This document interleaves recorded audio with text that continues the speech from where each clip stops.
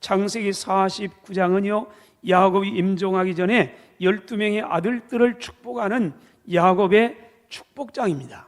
그리고 오늘 본문은 그의 11번째 아들인 요셉을 축복하는 축복의 내용입니다. 22절입니다. 요셉은 무성한 가지 곧 샘 곁에 무성한 가지라 그 가지가 담을 넘었도다. 이 축복은 비단 축복만이 아니고 예언적인 축복입니다. 그래서 이 야곱의 축복대로 그의 12명의 아들들은 모두가 그 후손들이 다 이루어져 가요. 그래서 이 축복은 그냥 축복만 빌어준 축복이 아니고 앞으로 되어질 후손 대대로. 그래서 49장 1절에서는 뭐라고 말하니 야곱이 그 아들들을 불러 이르되 너희는 다 모이라. 너희가 뭐요? 후일에 당할 일을 내가 너희에게 이르라. 여러분 그의 12명의 아들 다 모아놓고 하는 말이 다 모아라. 내가 오늘 너희에게 앞으로 후일에 너희 후손들에게 이루어질 일을 내가 그래서 오늘 축복을 하는데 아들부터 장자부터 다 해요. 그런데 이 축복은 예언적인 축복이고 그 축복대로 이 야곱의 아들들은 다 그렇게 이루어져 가요. 오늘 본문 요셉의 축복도 마찬가지예요. 그 축복대로 다 이루어져 갔어요. 그래서 여기 보면 요셉을 축복하면서 나무로 비유를 합니다. 너는 나무다. 근데 나무도 달라요. 속에서 자란 나무가 있고 아니면은 자라지 못하고 빼기 힘든 나무도 있어요.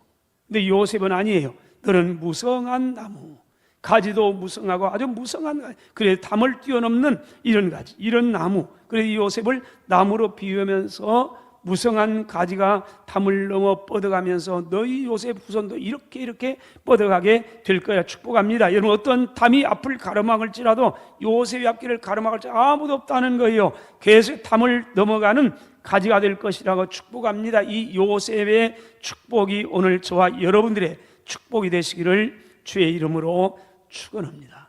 여러분 복을 받으면 야곱의 축복을 받았더니 그대로 하나님 복이 어떤 복입니까? 저와 여러분들이 받아야 하는 복이 있습니다. 어떤 복입니까? 첫째는 하늘의 신령한 영적인 복입니다. 25절입니다. 이렇게 말합니다. 내 아버지 하나님께로 말미암는데 그가 바로 너를 도우실 것이고 전능자로 말미암는데 그 전능하신 하나님께서 내게 복을 주실 것이라고. 어떤 복이요? 위로 하늘의 복과 위로 하늘의 복이에요. 신령한 복이에요. 이건 땅의 복이 아니에요. 하늘의 복이 있다는 말은 땅의 복도 있다는 말 아니에요? 여러분 그래 하늘의 복과 야곱은 지금 아들 요셉을 축복하면서 먼저 너는 하나님께서 위로 하늘의 복을 주실 거라고 축복합니다. 하늘의 복이에요. 창세기 에베소 1장 3절에 보면은 바울 사도가 이 에베소 교인들에게 편지를 쓰면서 문안을 하자마자 찬양을 불러요. 그 찬양을 부르는 이유가 있어요. 자, 찬송하로다 하나님 곧 우리 주 예수 그리스도의 아버지께서 그리스도 안에서 하늘에 속한 모든 신령한 복을 우리에게 주시되. 바울 사도가 지금 이 편지를 써가지고요 안부만 딱 묻는 다음에 본론이 들어갈 거 아니겠어요? 그게 편지 내용이죠. 그런데 본론을 얘기하는 게 아니고 먼저 하나님을 찬양을 해요. 왜 하나님을 찬양하느냐? 그 이유가 있어요. 하늘에 속한 모든 신령한 복을 우리에게 그리스도 안에서 주셨습니다. 그 신령한 은혜를 생각하자마자 바울은요 찬송이 터져나와요. 하나님을 찬양할 사람이 누구냐는 거지요. 어떤 사람이 하나님을 찬양할 수 있느냐? 은혜 받은 사람이다. 은혜 받은 사람이요. 하나님의 은혜를 받으면, 하나님의 신령한 은혜를 받으면요 감격이 있어요. 찬양이 나와요. 이 그래 바울이 그런 거예요. 그런데 그러면 하늘에 속한 신령한 복이 뭐 어떤 복이냐? 그 다음 또 보세요. 이렇게 말합니다. 4절과 5절. 곧 창세전에 그리스도 안에서 우리를 택하사 우리를 사랑 안에서 그 앞에 거룩하고 흠이 없게 하시려고 그 깊은 뜻대로 우리를 예정하셨습니다. 예수 그리스도로 말미암아 자기의 아들들이 되게 하셨습니다. 하늘의 신령한 복을 이 생각할 때 바울 사도가 찬양이 터져나왔는데 이 하늘에서 간 신령한 복이 뭐냐? 자기의 아들들이 되게 하는 복입니다. 하나님의 자녀가 되는 복, 영적인 복이에요. 하늘에 속한 신령한 복 중에 복은 우리 하나님의 자녀가 되는 복입니다. 구원의 복인 줄로 믿습니다. 여러분, 예수 믿으면요 가장 근본적인 복이 있어요. 하늘의 복이에요. 신령한 복이에요. 땅의 사람이 변하여 하늘의 사람이 되는 복입니다. 죄의 사람이 변하여 의의 사람이 되는 복입니다. 저주의 사람이 변하여 축복의 사람이 되는 이런 복인 줄로 믿습니다. 오래전에 미국에서 일어난 한 소년의 실화입니다. 이 라이언 하이트라는 이 소년의 실화예요. 라이언이 13살 때 혈우병을 알아가지고 수술을 받았는데, 수술을 하려고 하니까요 수혈을 한단 말이에요. 수혈을 했는데 수혈을 잘못해서 에이즈에 감염되고 만 겁니다.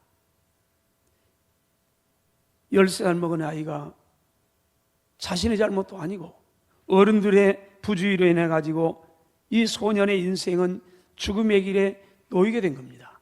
얼마나 힘들겠어요, 이 어린아이, 10살 먹은 어린아이가. 근데 이 라이언은 곧 죽을 것을 알면서도요, 앞으로 얼마 못 살 걸 알면서도요, 그 누구도 원망하지 않고 너무도 밝게 학교 생활, 가정 생활, 친구들과의 전혀 아프지 않은 증언이죠. 이렇게 살았답니다.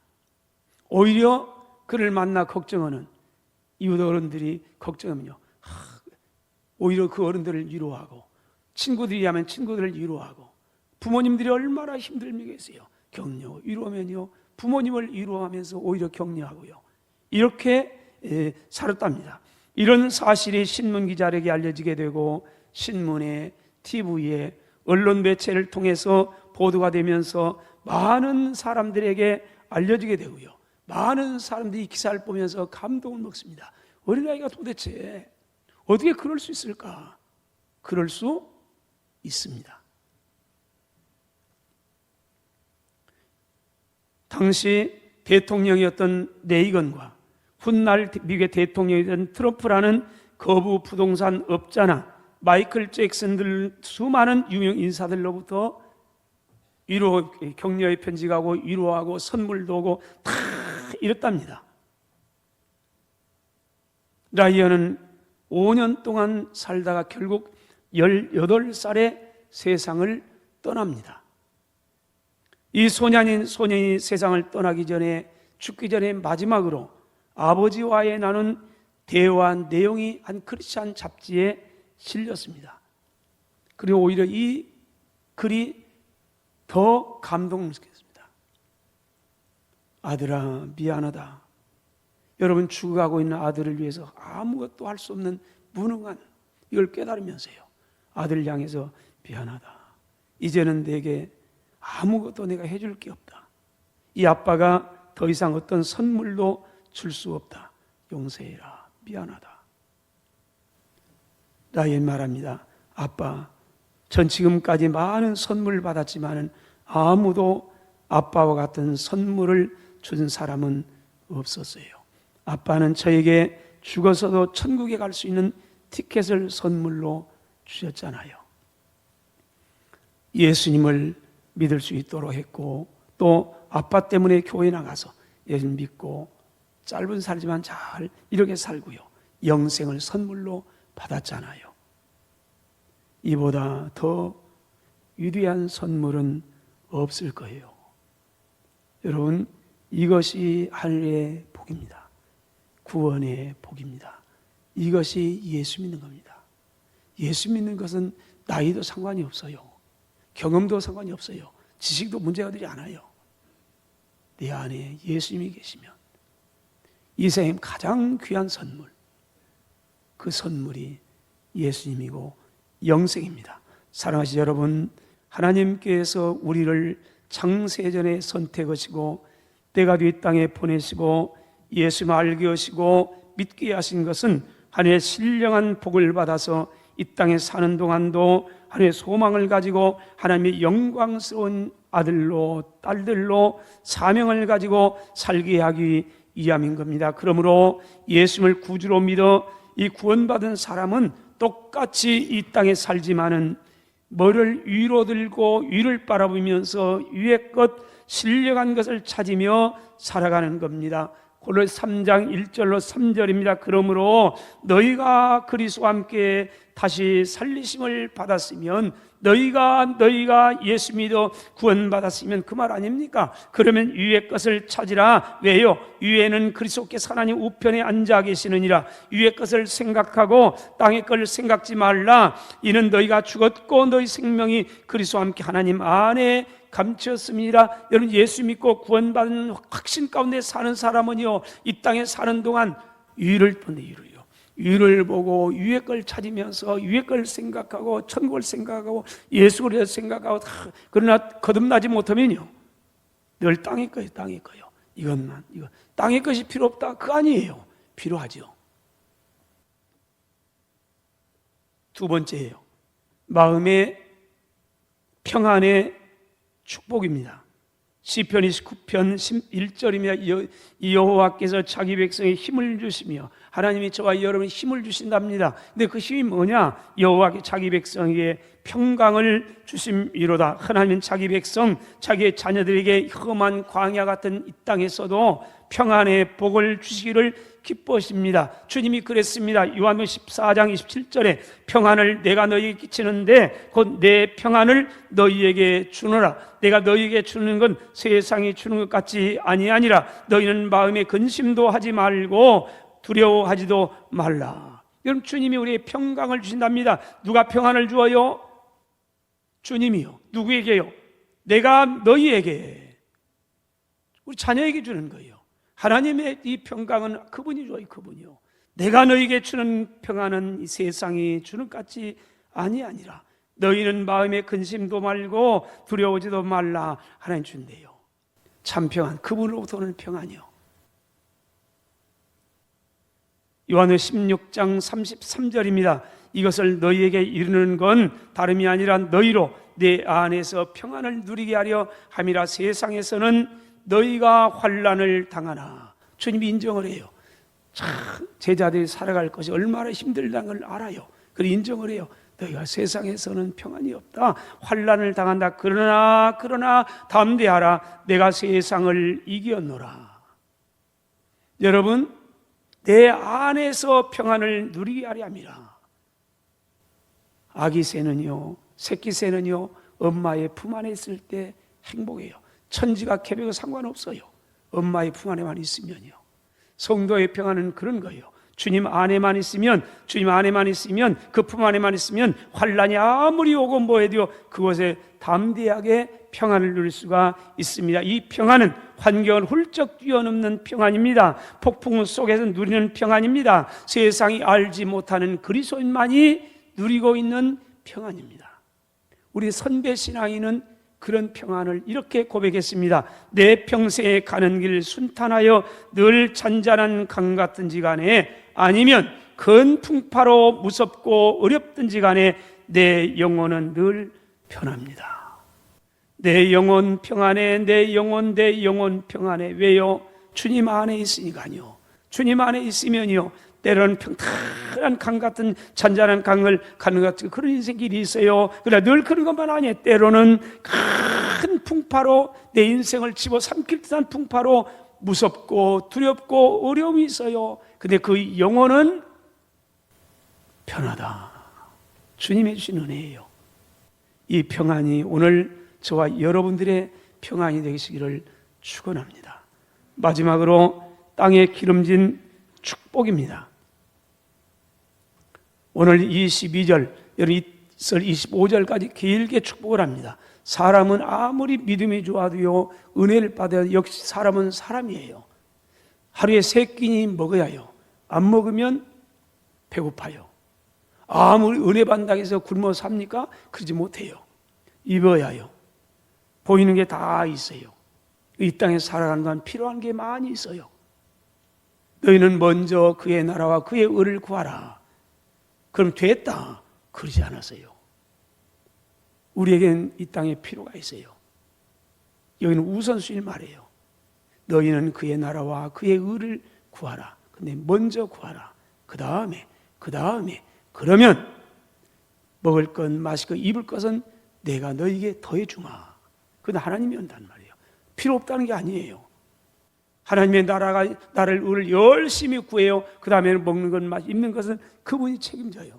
하나님을 기쁘게 하면 그분이 우리의 모든 걸 책임져 주신다는 그런 약속인 겁니다. 이 땅에 살아가는 동안 필요한 모든 걸 다 주신다는 겁니다. 오늘 22절로 다시 한번 볼까요? 무성한 가지 곧 샘 곁에 무성한 가지입니다. 가지가 담을 넘었습니다. 나무 있습니다. 요셉의 나무가 있는데 처음에는 조그마하게 자랐습니다. 조금만 자랐는데 점점 자라더니 담을 넘습니다.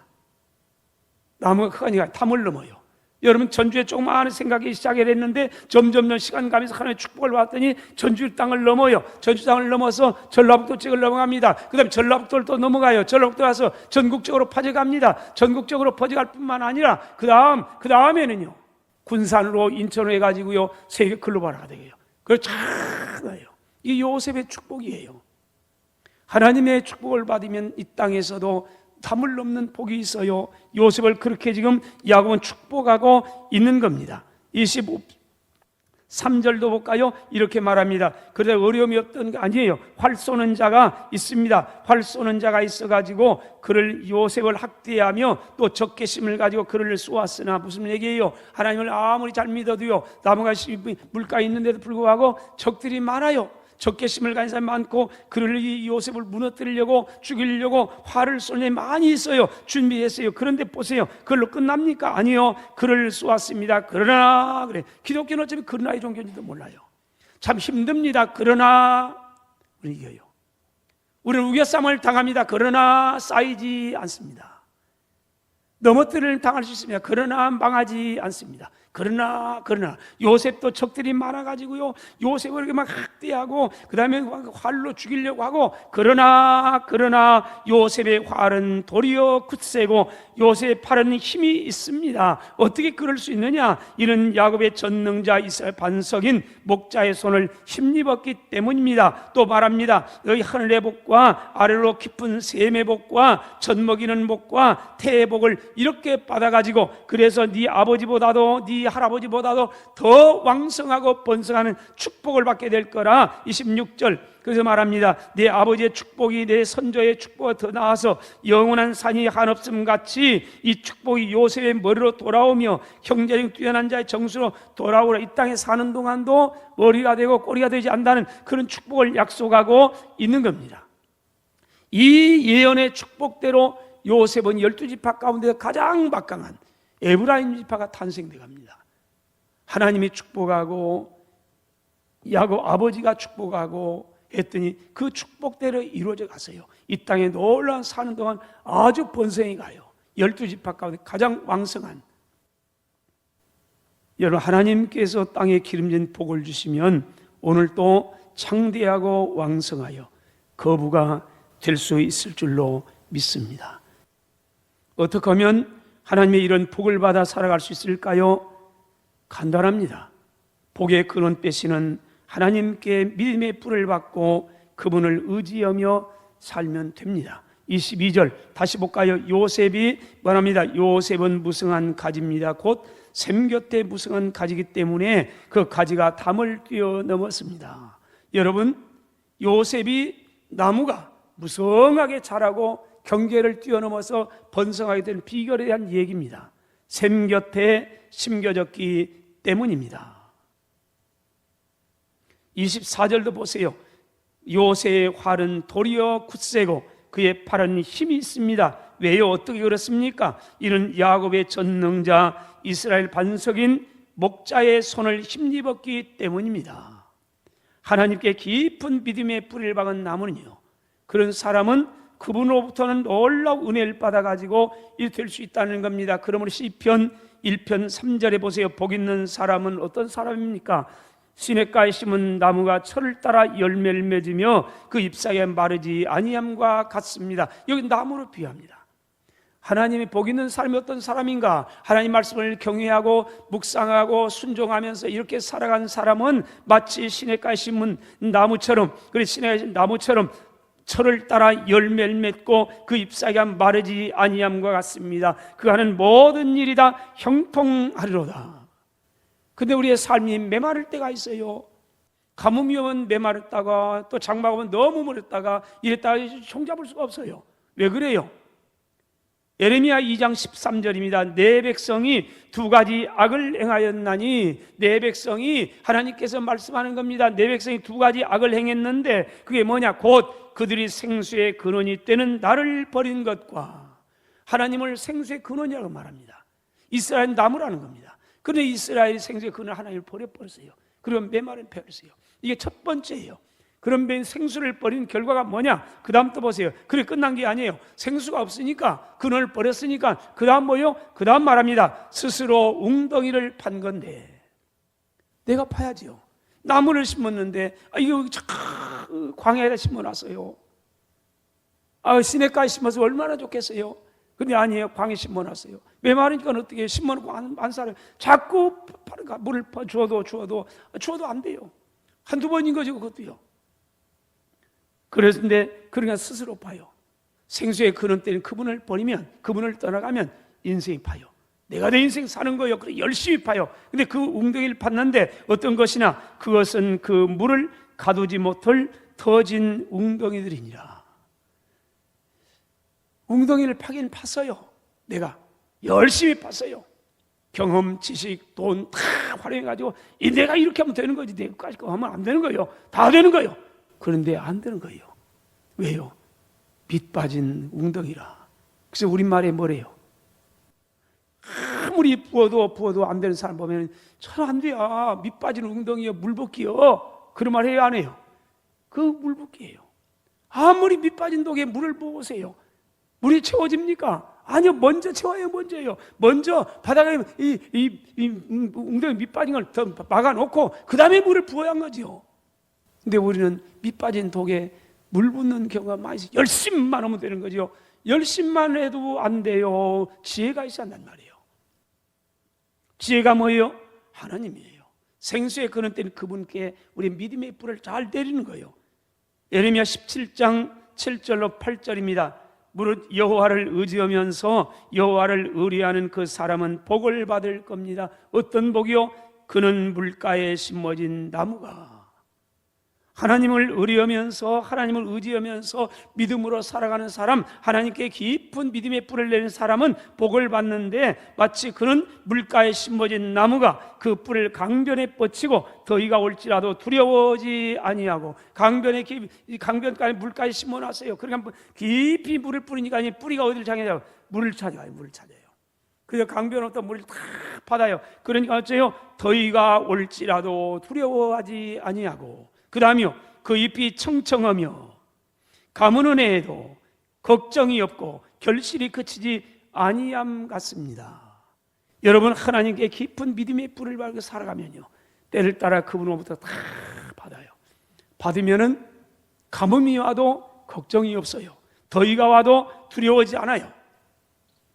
그런데 참 메마른 땅에 심어놓으면 가뭄이 와도 걱정, 비가 와도 걱정, 낮이나 밤이나 걱정이, 내가 파는 웅덩이는요. 사랑하신 여러분, 요셉의 하나님은 나의 하나님이십니다. 요셉을 축복하신 하나님은 우리를 축복하실 겁니다. 믿음의 선배 요셉처럼 어떤 상황에서도 믿음의 불을 하나님께 깊이 내리고 생수의 근원된 그분으로부터는 하나님의 신령한 은혜와 심령에 넘치는 평강과 땅에 기르는 축복을 받기를 주의 이름으로 축원합니다.